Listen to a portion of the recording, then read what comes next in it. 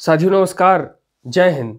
साथियों, ज्ञान एवं पाठ्यक्रम के अंतर्गत अध्याय 1 में आज बात करेंगे विश्वविद्यालय शिक्षा आयोग 1948 से 49, यूनिवर्सिटी एजुकेशन कमीशन 1948 to 49। साथियों, स्वतंत्रता के पश्चात देश में गठित प्रथम शिक्षा आयोग के रूप में विश्वविद्यालय शिक्षा आयोग का महत्वपूर्ण स्थान है। जब हमें आज़ादी मिली, हमारे सामने देश के भावी पीढ़ियों को तैयार करने के लिए, अपने देश के युवाओं को तैयार करने के लिए और अपने देश की शिक्षा व्यवस्था को सही दिशा में रखने के लिए, सही दिशा देने के लिए यूनिवर्सिटी एजुकेशन कमीशन का गठन किया गया, ताकि हम इस समय के आज के बच्चों को, उस समय के बच्चों को तो शिक्षित करें ही, साथ ही आने वाले बच्चों को भी इस यूनिवर्सिटी एजुकेशन कमीशन के माध्यम से एक ट्रैक प्रदान करें शिक्षा का। तो साथियों, आयोग ने शिक्षा के प्रसार के संबंध में लिखा है कि नवीन ज्ञान की प्राप्ति के लिए आकांक्षाओं में वृद्धि, जीवन के लक्ष्य को प्राप्त करने का प्रयास, समाज की आवश्यकताओं की पूर्ति, जीविकोपार्जन की सुविधाओं की व्यवस्था करना विश्वविद्यालय आयोग का मुख्य लक्ष्य होना चाहिए। विश्वविद्यालय आयोग ने अपने सामने ये मूलभूत लक्ष्य निर्धारित किए। साथियों, इस दृष्टि से आयोग ने विश्वविद्यालय शिक्षा के निम्नलिखित उद्देश्यों का उल्लेख किया है, जिसमें सबसे प्रमुख है कि विश्वविद्यालय शिक्षा को ऐसे व्यक्तियों का निर्माण करना चाहिए जो राजनीति, प्रशासन, व्यवसाय, उद्योग और वाणिज्य आदि क्षेत्रों में नेतृत्व प्रदान कर सकें।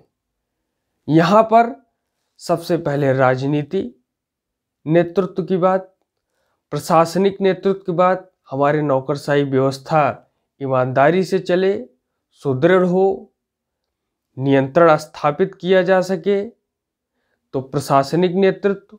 व्यवसायिक नेतृत्व का मतलब कॉमर्शियल जो है, बिजनेस सेक्टर में, उद्योग, वाणिज्य आदि क्षेत्रों में नेतृत्व प्रदान किया जा सके, ये विश्वविद्यालय शिक्षा आयोग ने अपने सामने लक्ष्य रखा।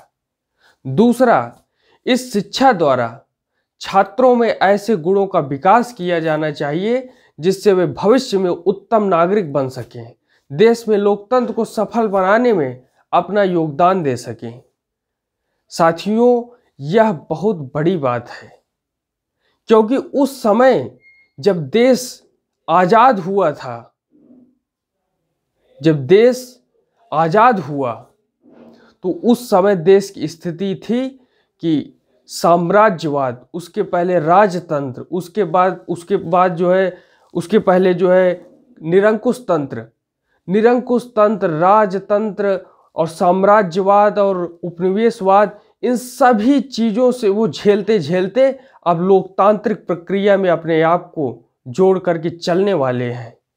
इस परिस्थिति के निर्माण के लिए विश्वविद्यालय शिक्षा आयोग का प्रथम लक्ष्य ये था कि देश में रहने वाले लोग उत्तम नागरिक बन सकें और देश ने जो लोकतंत्र व्यवस्था को स्थापित करने का निर्णय लिया है, इसे सफल बनाने का अपना योगदान दे सकें।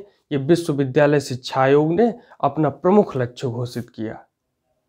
साथियों, तीसरी बात कि विश्वविद्यालय को दूरदर्शी, बुद्धिमान और बौद्धिक साहस वाले व्यक्तियों को उत्पन्न करना चाहिए जो समाज सुधार के कार्य में योगदान दे सके।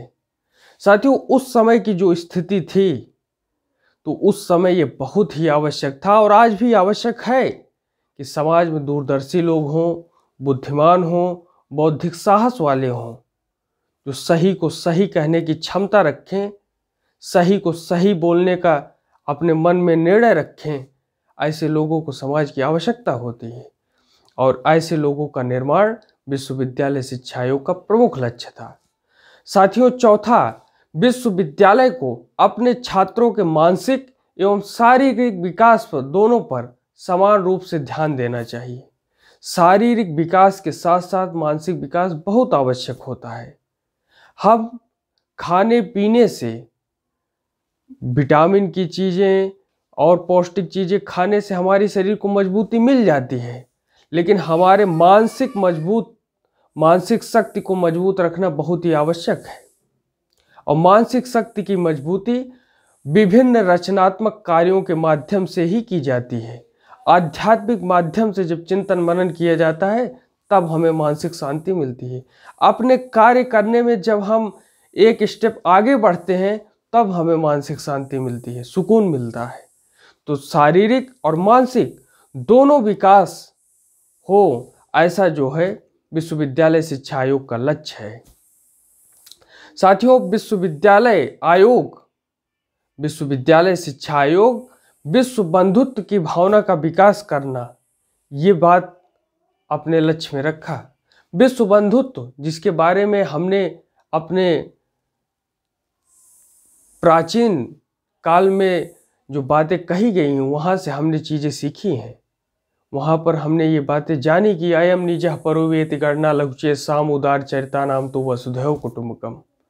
तो सर्व समाज को जोड़ना, अंतर्राष्ट्रीय सीमाओं को ध्यान में रखते हुए भी हम विश्व समाज के भी एक हिस्सा हैं और हमें अपने विश्व जितना वैश्विक परिवार है सभी के साथ शांति और सामंजस्य बना करके आगे बढ़ना है। ये बात हमारे विश्वविद्यालय शिक्षा आयोग का लक्ष्य है और पूरे विश्व को ये बात ध्यान रखनी चाहिए कि प्रथम देश ऐसा है जिन्होंने सबसे पहले अपने शिक्षा व्यवस्था में विश्व बंधुत्व की भावना पर बल दिया है। शक्ति का अधिकार सबसे पहले भारत का है, क्योंकि भारत सबसे पहले शांति स्थापित करना चाहता है और जो शांति की बात करता है ताकत उसे सबसे ज़्यादा मिलनी चाहिए, क्योंकि वो जब उसके हाथ में शक्ति रहेगी तो समाज में नियंत्रण स्थापित करने में सबका सम्मान होगा और सबको अधिकार मिलेगा। और इसलिए भारत को ताकत ज़्यादा मिलनी चाहिए वैश्विक स्तर पर। साथियों, संविधान में वर्णित समानता, स्वतंत्रता एवं बंधुत्व के आदर्शों का संरक्षण करना भी विश्वविद्यालय शिक्षा का उद्देश्य है। स्वतंत्रता, समानता और बंधुत्व, ये तीन बातें फ्रांस की क्रांति में भी आती हैं। और स्वतंत्रता, जिसके लिए हमने काफ़ी संघर्ष किया, आज हमें समानता का अधिकार, स्वतंत्रता का अधिकार, freedom of expression, freedom of thought, ये सारी चीज़ें मिली हैं। ये सभी स्वतंत्रता के अंतर्गत आती हैं। समानता, हम सभी भाई मिलकर देश को आगे बढ़ाएं। जाति, पाति, पंथ, मजहब, ये सब चीज़ें सबको जो है देखते हुए हम सब मिलकर आगे कार्य करें और बंधुत्व की भावना का जो है बंधुत्व की भावना को बनाए रखें और इन सभी आदर्शों का संरक्षण करके आगे बढ़े। ये विश्वविद्यालय शिक्षा आयोग का लक्ष्य था और ये विश्वविद्यालय शिक्षा आयोग में लिखी हुई बातें हैं। आज हमने इन सभी बातों पर विस्तार से चर्चा की। आगे किसी अन्य विषय पर बातचीत करेंगे। धन्यवाद। जय हिंद।